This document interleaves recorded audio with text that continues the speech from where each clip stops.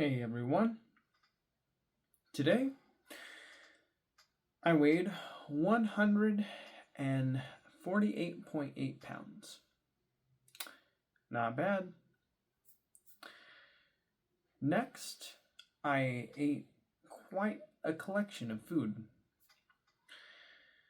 It all started with a toasted peanut butter and jelly sandwich with keto bread. It was okay. I think I prefer not toasted next time. Of course, I used the keto jelly and regular peanut butter. Cup of coffee. Then I had 2 stuffed bell peppers, courtesy of my sister, which she made yesterday, that I reheated in the oven at 350 degrees for 15 minutes. It was pretty good. I feel like it would have tasted way better if I ate it fresh, though, but still good.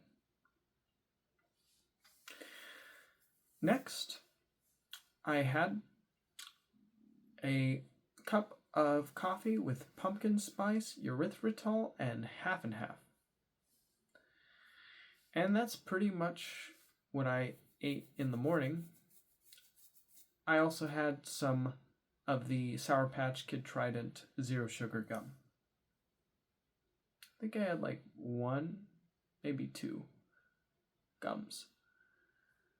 Next up, later in the afternoon, our family friend made some meat that she cooked in a wok with various different seasonings and spices, and she made a burrito with the low-carb tortilla for me, which I was very grateful for. I only wanted one because I was still full from what I ate earlier, which was the stuffed bell peppers. Next up, around later in the day, on my half-hour break for lunch, I had 4 pieces of chicken, 3 of them being baked pieces of chicken, and one of them being a baked piece of chicken with an extremely delicious outer crust that had like a special spicy dust put on it that tasted very, very reminiscent of hot Cheeto dust on the chicken. And it did a really good job of maintaining the moisture of the chicken inside. And it was nice and crispy and flavorful. And it was like eating a chicken that was inside of a Cheeto, like a hot Cheeto chicken. It was really good. I really liked it. I got this at work. I didn't have time to drive home and make something and then drive back. I had to get something from work instead. So I got that. The baked pieces of chicken, they were okay, but they definitely weren't as flavorful as the spicy chicken, and also they were a little on the dry side. I think you need to buy them when they're fresh out of the oven to get the best results. I'd have to track my store, though, to make sure when they deliver the chicken like that. All right, well,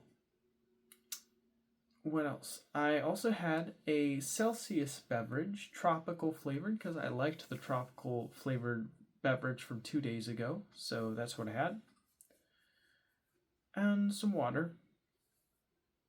And that's pretty much what was had for my lunch break at work. Then, later on, at the end of the day, I had a sparkling ice beverage that was lime and lemon flavored, and I also took my vitamins. And that's pretty much everything I ate today. Any exercise? You know the drill.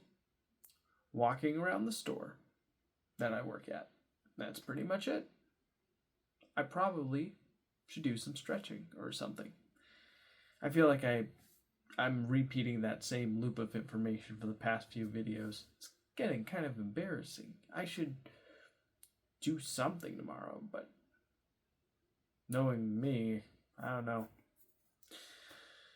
Just something basic. It doesn't have to be crazy. Like, I don't know, like 3 sets of 2 minutes of planks. That's the best I got. We'll see. But I didn't do planks today. I'm just giving an example of what I can do tomorrow. All right. Well,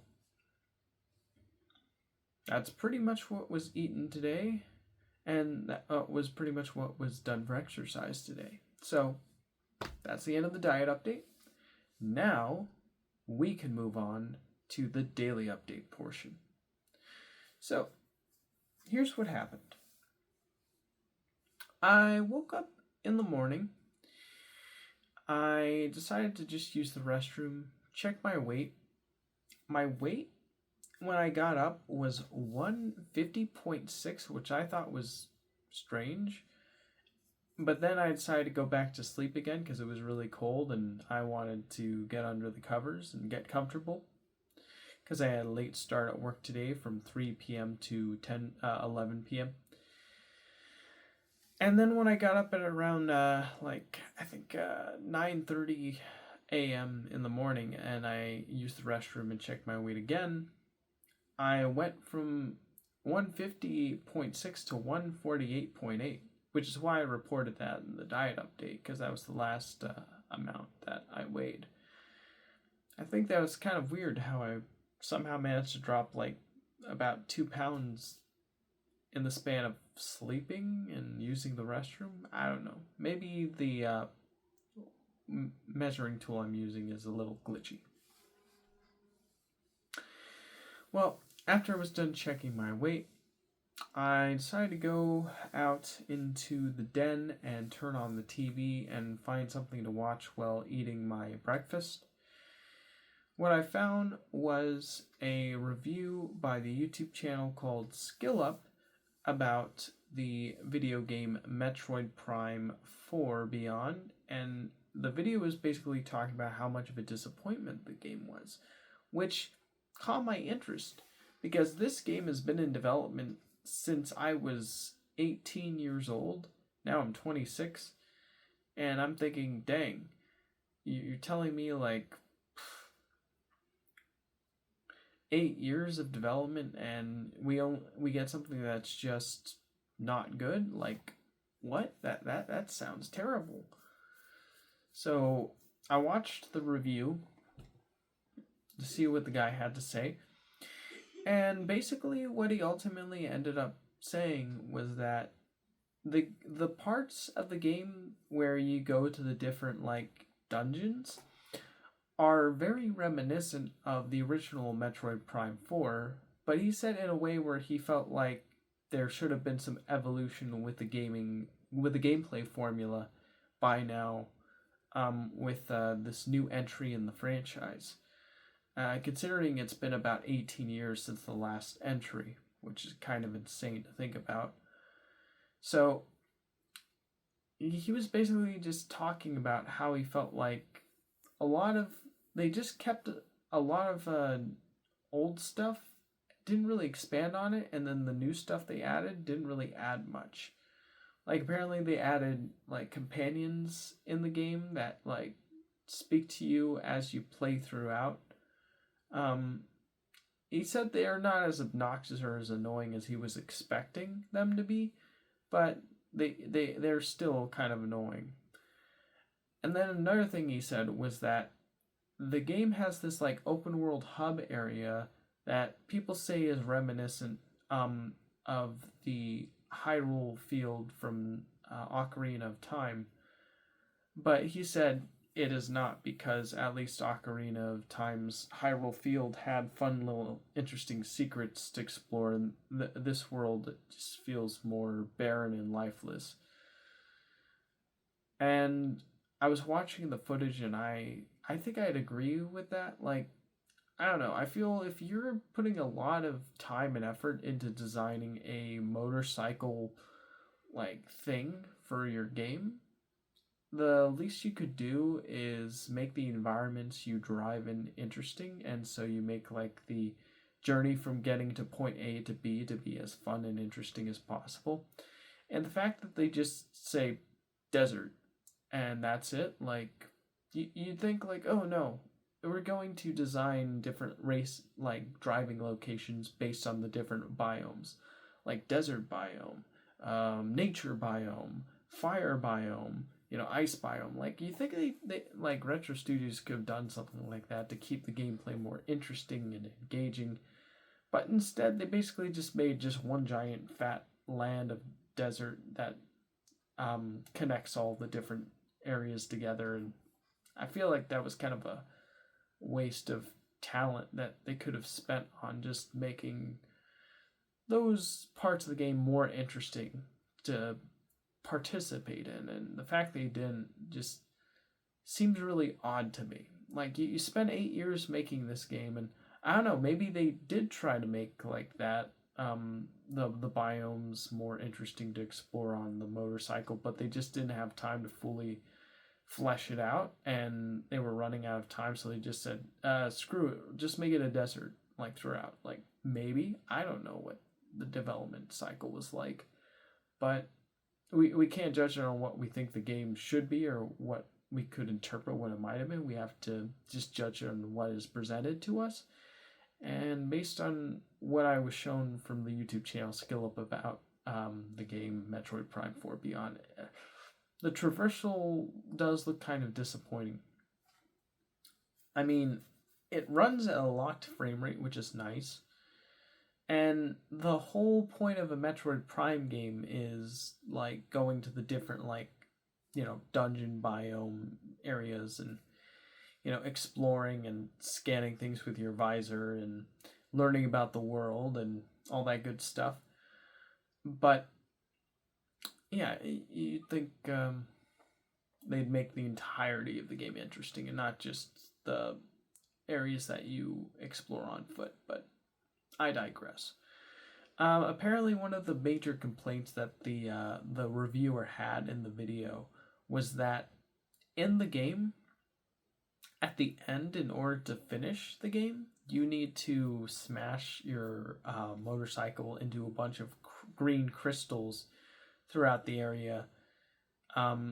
So you pretty much need to, if you didn't decide on smashing green crystals throughout your time playing the game as you're traveling from point A to B, then you're going to have to spend like a good hour to an hour and a half smashing crystals in order to unlock the final ending.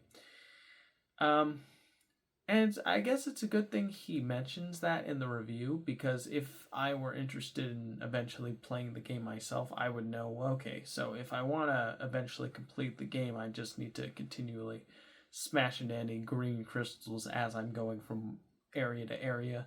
So I guess in a way it's kind of good that like he mentions that in the review.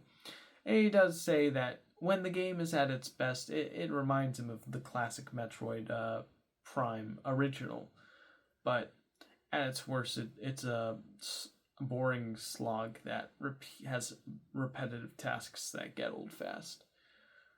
Which, for something that you've waited such a long time for, sounds pretty bad. But I don't know.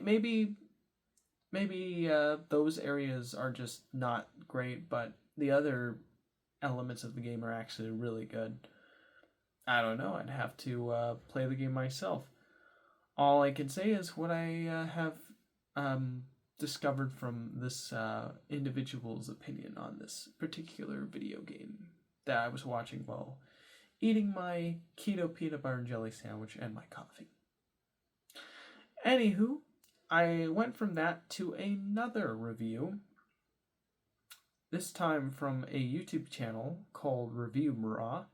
And this guy, who makes this series called The Report of the Week, decided to make a video review of what he considers to be one of the worst food items he's eaten this year. And it was from Domino's, I believe. And basically it was a review on the Domino's like spicy like chicken pizza, barbecue pizza. And ultimately you can boil a review down to he thought the chicken was okay. He thought the cheese was okay. He thought the toppings, the bacon bits were okay. But he didn't like the sauce that was put into the pizza. The what was it called again? The ranch. He felt the ranch had a really sour and vile aftertaste to it that was so bad that it ruined the rest of the pizza. And he said, I'll give it the benefit of the doubt. Maybe it could have been that I just got like a bad pizza that had like dated sauce put on it. But the fact that they willingly decide to sell that to you at a marked up price of $20 is a huge steal that makes me feel like I was robbed of my money. Yeah. And that's like a common theme I see with like a lot of modern like, fast food chains. Like back in the day, you went to a fast food place because it was cheap, it was fast, and it was pretty good. Now, it's not cheap. It's, yeah, I mean, it's still fast, but now it's not really as good as I remember. Like, um, the food's just okay, and when you're spending like $15 all the way up to $20 on something that's just okay, I'd rather just make my own food at that point or go to a nice sit-in restaurant where I know they're going to at least try to make a decent meal and pay a little extra to get that better experience. Fast food's becoming extremely difficult to justify nowadays, and seeing that review of that Domino's pizza kind of solidified that for me. Afterwards, my sister was up, and when she got up, I was watching a Binging with Babish on his review of different kitchen gadgets that were trending on TikTok, and I invited my sister to watch the video with me, and she agreed, so we watched it together. And we had a lot of fun because a lot of the devices were just absolute garbage. Like there was one that was like, oh, a watermelon slicer. Why would you need that when you could just use a knife? It was like a device with like a little thing that you scrape the watermelon off, and you have a little knife at the other end to poke it in. But the way it was designed, there's like a big gap in there, so it makes it not really dishwasher safe, and then there's like water that's stuck in there forever. So a lot of these devices were like that, like things that like tried to address a problem but ended up making things more complicated and less convenient. And it's all done just to sell you more cheap plastic that you're going to get rid of at a yard sale or whatever. So, yeah. But there was one item that stood among the rest that actually seemed kind of awesome. And that was this product called the Crunch Cup. And it sounds really stupid, but apparently it's something where it's like a portable cereal in a cup device that keeps your cereal crunchy and your milk separated from the cereal. So on one compartment you have the cereal, and on like a sippy cup area you have the milk, and then when you put it up to your mouth and have it fall into your mouth, the cereal falls in your mouth, and then the milk also coats the cereal as you're drinking the cereal and the milk at the same time. And he said, gosh dang it, that is awesome. It's like a new way of eating cereal that makes it like portable now. And he said like that was the one product out of all of the dumb products he tested that he would genuinely like buy and use again and again. And so when I saw that, I was like, dang, I kind of want to try the Crunch Cup. That thing looks awesome. Just for the novelty of it. I mean, I can't really try it right now because I'm not eating cereal. Not unless I get keto-friendly cereal with almond milk. Then I could try it. But he kind of sold me on it. It looked really cool. Alright, well, afterwards, I decided to heat up the stuffed bell peppers, eat those with an A&W cream zero sugar cream soda, and as I was watching, and then when I was done with that, had a cup of coffee. I poured my sister a cup of coffee. She had almond milk in it. I had half and half erythritol and a bit of pumpkin spice in mine, mixed it together, and we continued watching more of the Babish until we were done. Then I decided to clean my utensils that I used for cooking afterwards, and I started getting ready for work. I combed my hair, I put on my outfit, and I was saying goodbye to my sister and our family friend. My mom arrived. She was doing some Christmas shopping, and she was showing that she got various different items that were in remembrance of our cats, like for Malcolm, for Calmy, for Autumn, and a memoriam picture holder for Avery. So that was pretty cool to see. So yeah. Then I had to leave.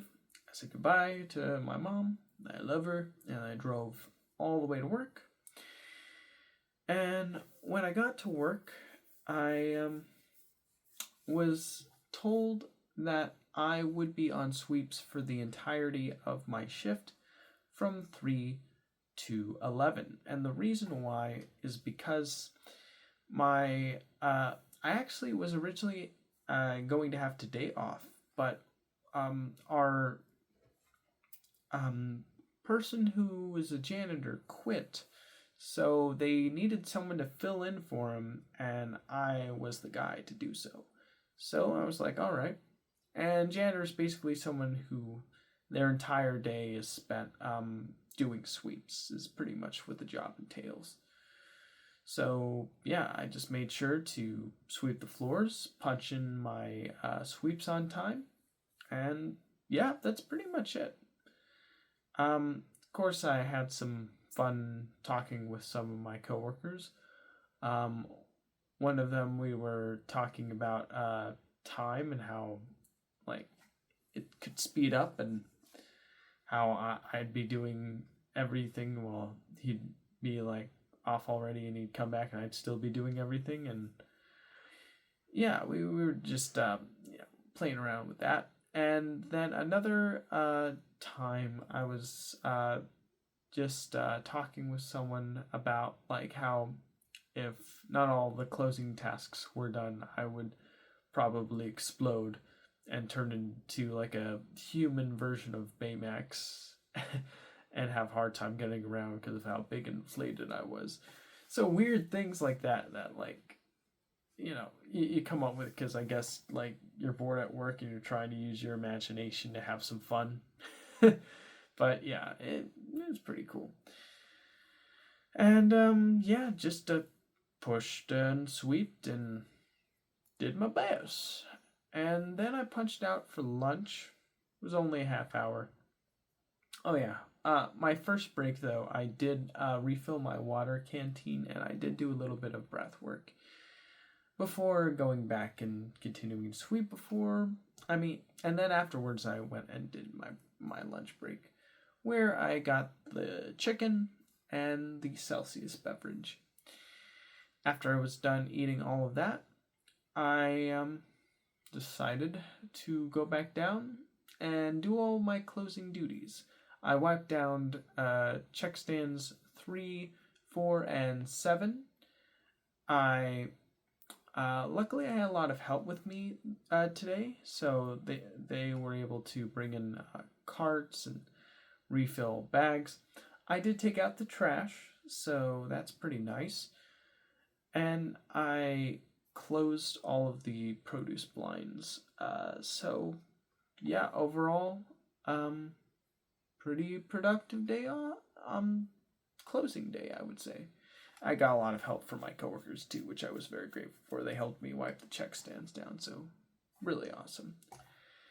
I made a closing list, which was pretty cool because like we're using them less and less, but I find them really helpful, especially if like I'm the one closing, because like I at least know what's been done already and what to not focus on, so I can focus on other things for closing. So, and if I'm having some co-closers with me, I can direct them and say I would like it if you could help me with this, and that. They'd be like, oh, okay, gotcha. So we can mark it off on the sheet. So I think I prefer that more than like just saying, oh, do this and that, and then like, wait, what did you do? And then they're gone, they punched out, so I can't see what they already did. And so I'm like, okay, what was done, what wasn't done? So I don't know, I just think it's helpful. So yeah, had some funny moments with a badger. did a little dance while I was wiping down the check stands, and I remember saying I was inspired by the characters from Bob's Burgers with this dance move, and I was like doing a little thing, things you do to make the workday a little more funny and entertaining. So yeah, and yeah, pun. Oh yeah, and then I remember before we were closing and we were bagging for the last batch of customers, one of them was a guy who was talking with like a dude who had the Lich King from Adventure Time on his T-shirt, like a drawing of him, and they were like talking with each other, and I couldn't help but overhear what they were saying. And the guy I was talking to was like in a nice like suit with like curly hair and like a like helmet. It was really tall. Was like a sound designer for a lot of like cartoons, including Adventure Time. So I said, hello, I couldn't help but overhear that you were talking about all these shows I grew up with. I'm like, oh, what was your involvement in this? So he was like, I was a sound designer for them. I'm like, whoa, no way. That's a really unappreciated job. So thank you. He was like, oh, thank you. So yeah, that was pretty cool to see someone who was part of my childhood who had worked on all that cool stuff back in the day. Like he'd say he worked on a lot of Cartoon Network shows and a lot of Nickelodeon shows. So seeing someone in the flesh who'd been involved in that work was really cool. Especially providing ambiance and atmosphere and sound effects that are like, the Foley, basically. Like steps or wind or like, things like that. It takes a village to make something truly special. And he was part of that village. I wish I got his name though, but I didn't. Oh well, I guess I could IMDb it later.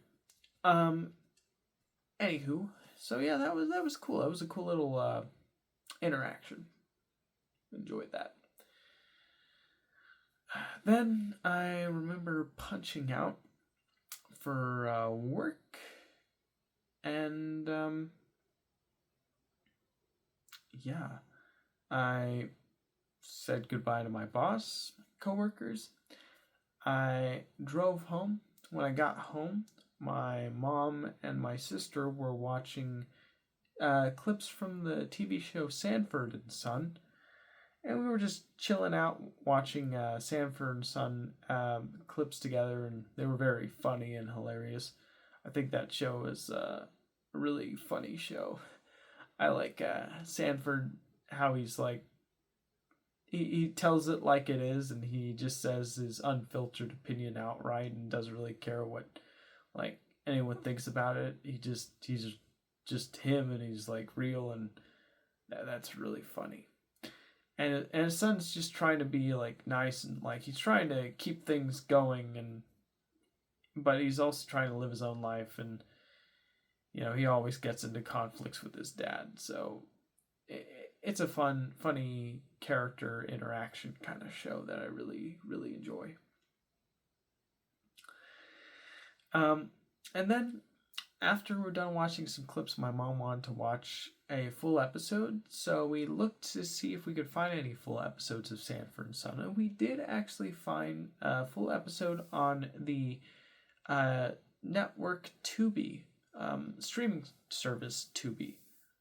So we watched episode TV or not TV, and it was hilarious. It was basically Sanford's son is getting a new car because he doesn't want to drive around in his old, junky, red truck anymore. But at the beginning, his dad, Sanford, is watching TV with his friend, but the TV is not working. And he actually breaks it accidentally. So he keeps on being told by his friend, "Oh, you should get the full colored TVs with the better sound and the remote control, so you don't have to get up off the couch to change the channel or lower or heighten the volume." And he's like, "Oh my gosh, I gotta get my son to get that. I'm gonna tell him." But then his son tells him that he got a new car instead, and he's not gonna get the TV.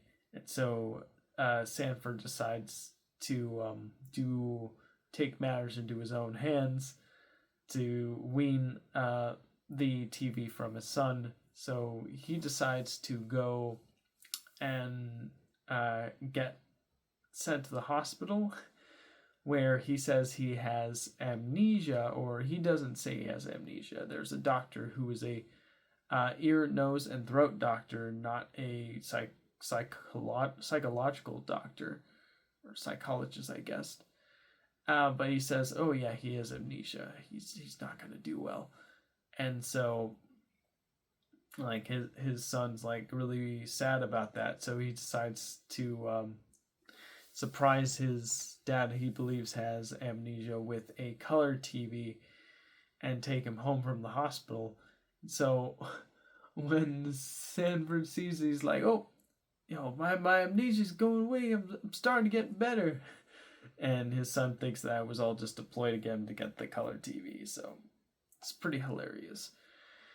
But yeah, that was the episode. I thought it was funny, and yeah, pretty good indeed. And afterwards, I decided to take my vitamins, drink the ice beverage, chew a bit of the Trident Sour Patch Kid peach and mango gum before spitting that out.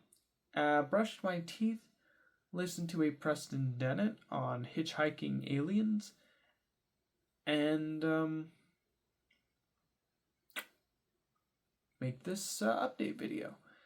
So that's pretty much my day in a nutshell. Thanks for tuning in. I will be seeing you tomorrow in the next video. Take care and have a great time. Goodbye.